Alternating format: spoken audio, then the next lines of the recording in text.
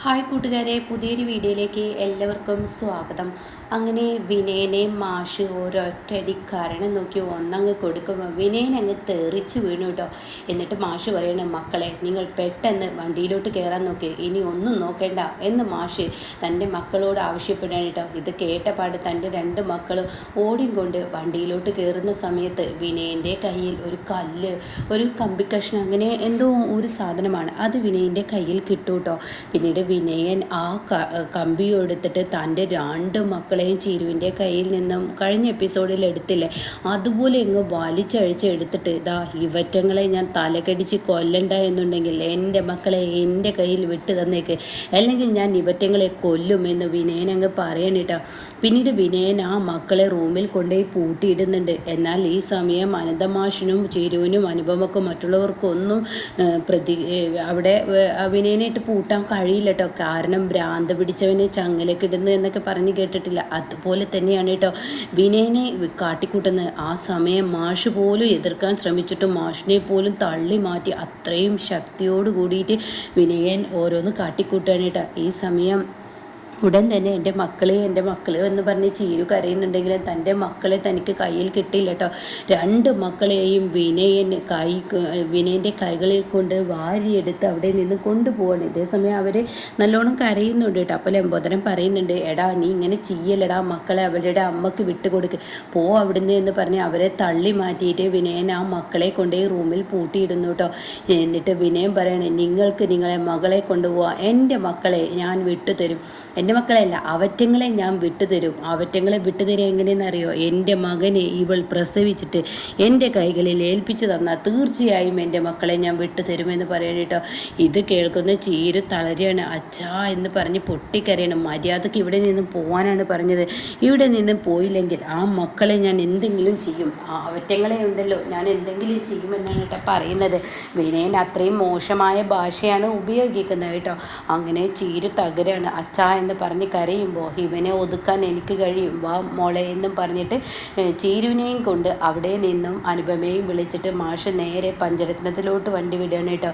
എന്നാൽ ഈ സമയം ഇപ്പുറത്ത് ലതികയും ലംബോദരൻ, നീ എന്താടാ ഇങ്ങനെയൊക്കെ ചെയ്യുന്നത്, ആ പെൺകുട്ടീനെ എനിക്ക് വേണ്ടി എന്തെല്ലാം ത്യാഗങ്ങളും വേദനകളും യാതനകളും സഹിച്ചു, എന്നിട്ട് നീ എന്തിനാ അവളോട് ഇങ്ങനെ ചെയ്യുന്ന, അവരെ ഇങ്ങനെ ഇട്ട് ബുദ്ധിമുട്ടിക്കാതെ അവളുടെ മക്കളെ നിനക്കങ്ങ് തിരിച്ചു കൊടുത്തൂടെ, ആർക്ക് വേണം അവറ്റങ്ങളെ ആർക്കും വേണ്ട, ആ പെരട്ട പിള്ളേരെ ആര് വാങ്ങാനാണ്, എനിക്ക് വേണ്ട, എനിക്ക് എൻ്റെ മകനെ കിട്ടിക്കഴിഞ്ഞാൽ ആ പെരട്ട പിള്ളേരെ അവരുടെ തള്ളക്ക് തന്നെ ഞാൻ വിട്ടുകൊടുക്കുമെന്ന് പറയാൻ കേട്ടോ.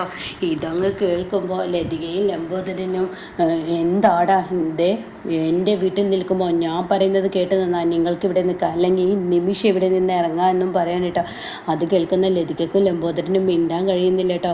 പിന്നീടാണെങ്കിലോ അവർ പൊട്ടിക്കരയാണ്. ഈശ്വര, എന്തൊരു വിധിയാണ് നമുക്കിത് വന്നു പെട്ടിരിക്കുന്നത്, എന്തൊരു വിധിയാണ് ഏട്ടാ എൻ്റെ മകൻ എന്ന് പറയുമ്പോൾ, ലതികയെ നീ സമാധാനപ്പെട്, അനന്തമാഷി ഈ വീട്ടിൽ നിന്ന് ഇപ്പോൾ ഇറങ്ങിയിട്ടുണ്ടെങ്കിൽ തീർച്ചയായും ആ മനുഷ്യൻ എന്തെങ്കിലും ഒരു വഴി കണ്ടെത്താതിരിക്കില്ല. അതുകൊണ്ട് തന്നെ നീ ഇപ്പോൾ സമാധാനത്തോടു കൂടി അകത്ത് കയറി ആ മക്കളെ കരച്ചിൽ നിർത്തുകയെന്ന് പറയാനിട്ട് അങ്ങനെ ലതിക അകത്തോട്ട് കയറണം.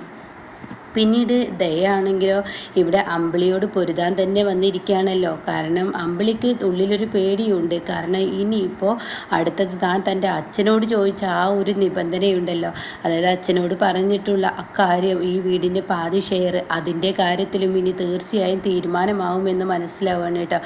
അങ്ങനെ ചിരുവിനെ ഉപദ്രവിക്കാനൊക്കെ അതിനിടയ്ക്ക് വിനയം നോക്കുന്നുണ്ട് കേട്ടോ. ചിരുവിനെ പിടിച്ച് തള്ളുന്നുണ്ട്. ഇതാ നിങ്ങളുടെ മകളെ കൊണ്ടേക്കോ, എൻ്റെ മകളെ കിട്ടില്ല, ഇവളെ ഞാൻ കൊല്ലും എന്നൊക്കെ പറഞ്ഞിട്ട് ചീരുവിനെ കൈകൾ കൊണ്ട് ഉപദ്രവിക്കാനൊക്കെ ശ്രമിക്കുന്നുണ്ട്. അത് കണ്ടിട്ട് അനുപമ പോലും പേടിച്ച് പോവാണ്.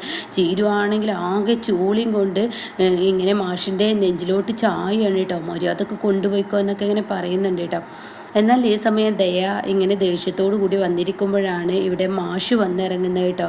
അപ്പോൾ മാഷ് വന്നിറങ്ങുമ്പോൾ ഉടൻ തന്നെ എന്താ പറ്റിയത് എന്നൊക്കെ ചോദിക്കുന്നുണ്ട്. അപ്പോഴേക്കും രഘു എത്തുന്നുണ്ട് കേട്ടോ. അപ്പോൾ രഘുവിനോട് ചോദിക്കും, നീ എന്താ പോയില്ല ദയ? ഇല്ല പോയില്ല.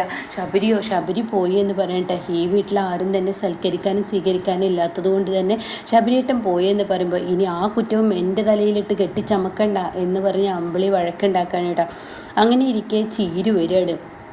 അങ്ങനെ ചീരുവിനെ കാണുമ്പോൾ രഘു എന്താ അമ്മാവ എന്തെങ്കിലും പ്രശ്നമുണ്ടോ, രഘുവിനെ നിൻ്റെ കാര്യം നോക്കിക്കോ എന്ന് പറയാൻ കേട്ടോ. പക്ഷേ തൻ്റെ അച്ഛൻ തന്നോട് അമ്മാവൻ തന്നോടൊന്നും പറയാത്തത് കൊണ്ട് തന്നെ രഘുവിന് സമാധാനവും ഇല്ല കേട്ടോ. അങ്ങനെ പിന്നീട് കുറച്ച് കഴിഞ്ഞതിന് ശേഷം രഘു ചിരുവിൻ്റെ അരികിലോട്ട് ചെല്ലാണ്. ചിരു സത്യത്തിൽ എന്താണ് ഉണ്ടായത്, എന്താ പ്രശ്നം എന്ന് ചോദിക്കുമ്പോൾ ചിരു ഉണ്ടായ കാര്യങ്ങളൊക്കെ പറയാൻ കേട്ടോ.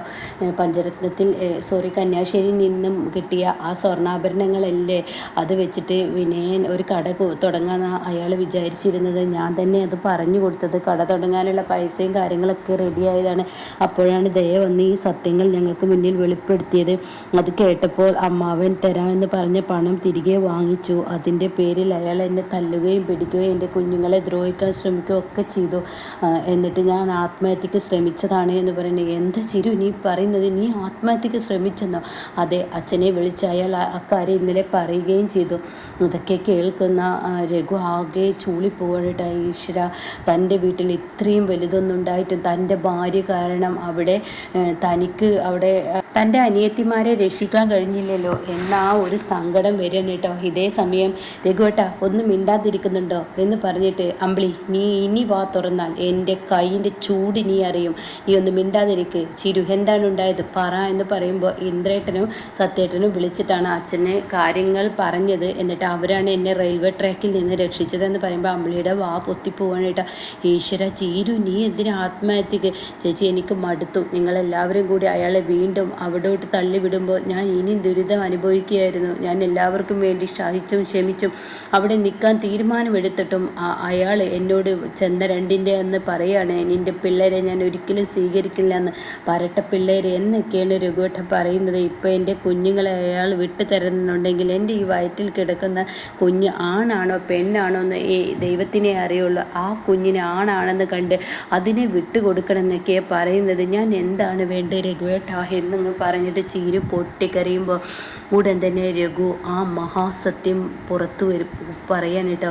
അവനെ ഒതുക്കാൻ എനിക്ക് നന്നായി അറിയാമെന്ന് പറയാൻ കേട്ടോ. ഇത് കേൾക്കുന്ന ചീരു, അയാളെ ആർക്കും ഒതുക്കാൻ കഴിയില്ല. അച്ഛൻ ഇന്ന് അയാളെ കൊടുത്തിട്ടും അയാൾക്ക് ഒരു പേ പിടിച്ച പട്ടിയെപ്പോലെയുള്ള പെരുമാറ്റമാണ് അയാൾ അവിടെ കിടന്ന് പെരുമാറിയത്. അയാളൊരു സമനില തെറ്റിയ മനുഷ്യനാണ് എന്നൊക്കെയുള്ള കാര്യങ്ങൾ ഇങ്ങനെ പറയുമ്പോൾ ഉടൻ തന്നെ രഘു പറയാം, അതൊക്കെ നിൻ്റെ തോന്നൽ മാത്രം, വിനയനെ എല്ലാം അറിയാം, വിനയനെ എല്ലാം കഴിയുന്നവനാണ്. വിനയനെ അവനെ ഒതുക്കാൻ ഏക ഒരു വഴി, അവനെ ഒരിക്കലും അവൻ്റെ കുഞ്ഞുങ്ങൾക്കൊന്നും വിട്ടുകൊടുക്കാതിരിക്കാനുള്ള ഒരു വഴി എന്നിലുണ്ട് എന്ന് പറയുമ്പോൾ എന്തെന്ന് ചോദിക്കാനായിട്ടാ. നമ്മുടെ ആർച്ചയെ കാണാതായത് നീ ഓർക്കുന്നുണ്ടോ എന്ന് ചോദിക്കുകയാണ്. അത് കേട്ട ഉടനെ ഉണ്ട്, അതും ഇതും തമ്മിൽ എന്താ ബന്ധം? നിൻ്റെ മകൾ ആർച്ചയെ അവൻ വിറ്റതാണ്, 20 ലക്ഷം അന്ന് അവർക്ക് വിറ്റതാണ്, പൈസക്ക് വേണ്ടി വിറ്റതാണ് എന്ന് പറയാൻ കേട്ടോ. ഈ ഒരു തെളിവ് വെച്ച് പോലീസിൽ പറഞ്ഞു കഴിഞ്ഞാൽ വിനയന് പിന്നെ ഒരു കുഞ്ഞിനെയും കോടതി വിട്ടുകൊടുക്കാൻ തീരുമാനിക്കില്ല, അത് ഉറപ്പുള്ള കാര്യമാണ് എന്ന് പറയാൻ കേട്ടോ. അത് കേൾക്കുന്നതിനോട് കൂടി ചീരു ഒരു ഭദ്രകാളിയായി മാറുകയാണ്. എന്താ രഘുവേട്ടായി പറഞ്ഞത്, അതെ, ഈ സത്യം എനിക്ക് മാത്രമേ അറിയാവുന്നുള്ളൂ. എനിക്കും ദാസങ്ങളിലും പല പ്രശ്നങ്ങളും വരണ്ട എന്ന് കരുതി ഞങ്ങൾ മറച്ചു വെച്ച രഘുവേട്ട, എന്നിട്ടാണോ ആ മനുഷ്യനിലേട്ട് എന്നെ വീണ്ടും നിങ്ങളെല്ലാവരും ഉന്തി തള്ളിവിട്ടത്? എൻ്റെ കുഞ്ഞുങ്ങൾ ഇനി രഘുവേട്ട അവിടെ സേഫ് ആണെന്ന് അറിയില്ല. അയാൾക്ക് പണത്തിന് വേണ്ടി ഇനി എൻ്റെ പെൺമക്കളെ ആർക്കെങ്കിലും എടുത്തു കൊടുക്കുകയാണോ രഘുവേട്ട എനിക്ക് സഹിക്കുന്നില്ല എന്ന് പറഞ്ഞ് പൊട്ടി കരയുമ്പോൾ അമ്പിളി പോലും ഞെട്ടിപ്പോവാനിട്ട. അങ്ങനെ ആ സത്യം ഇനി പുറത്ത് വന്നിരിക്കുന്നു. ഇനി വിനയനെ പൂട്ടാനുള്ള സമയമായി. അതുകൊണ്ട് തന്നെ ആ സത്യം ഇനി പുറത്തു വരുമ്പോൾ വിനയന് ഒരു ആൺകുഞ്ഞ് എന്ന് പറഞ്ഞ് നടന്നിരുന്ന വിനയന് ജനിക്കുന്നതും ആൺകുഞ്ഞ് തന്നെയായിരിക്കും. പക്ഷെ അതിൻ്റെ മുഖം പോലും കാണാൻ അനുവദിക്കില്ല കേട്ടോ.